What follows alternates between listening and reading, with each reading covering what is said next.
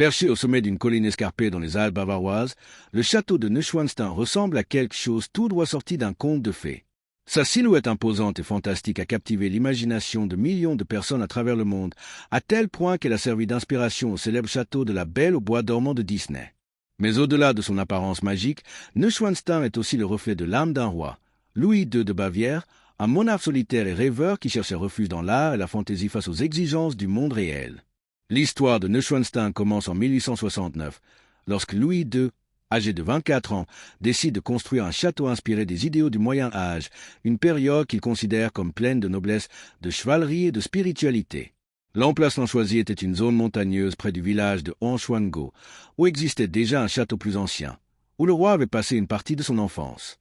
Fasciné par l'architecture médiévale et les opéras de Richard Wagner, Louis II voulait créer un palais qui serait une sorte de temple de l'art, une synthèse de son amour de la mythologie germanique, de l'architecture romantique et du monde idéalisé des légendes.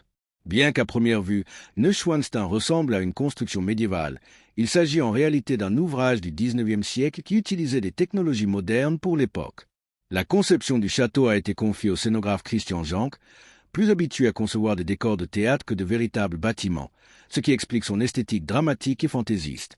L'architecte Édouard Ridel a traduit ses croquis en plans, et plus tard Georg von Dollmann et Julius Hoffmann ont continué les travaux. À l'intérieur, le château comprenait des systèmes de chauffage avancés, l'eau courante et même des téléphones, démontrant le caractère innovant du projet malgré son apparence ancienne. L'intérieur du château est aussi impressionnant que son extérieur. Chaque pièce a été soigneusement conçue, inspirée des héros et des légendes qui ont tant fasciné le roi. L'une des plus remarquables est la salle du trône, une salle majestueuse décorée de motifs religieux et byzantins, où curieusement aucun trône n'a jamais été placé. La salle des chanteurs, inspirée d'une salle similaire du château de Warburg, est également remarquable, avec des fresques représentant des scènes d'opéra de Wagner, telles que Tannhäuser et Lohengrin.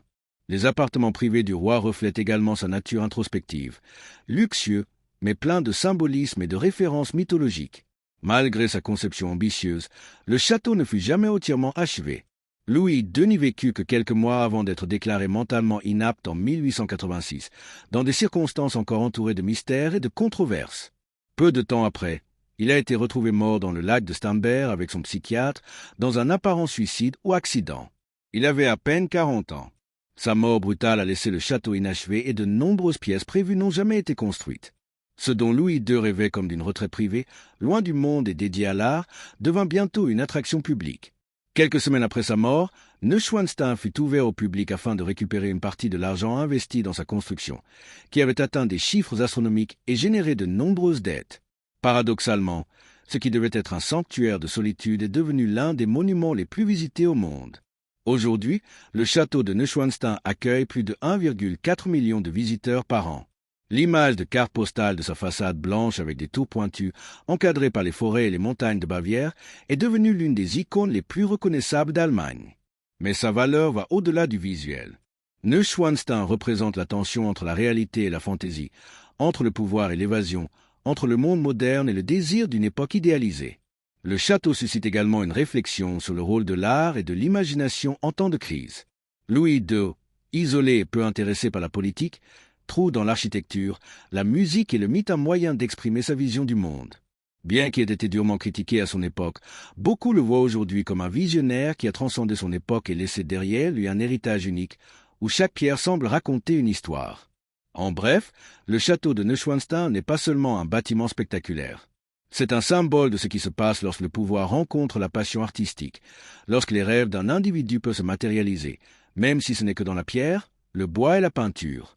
Haut sur une montagne, perdu parmi les nuages et les échos du passé, Neuschwanstein reste le château d'un roi qui n'a jamais voulu régner, mais qui savait rêver.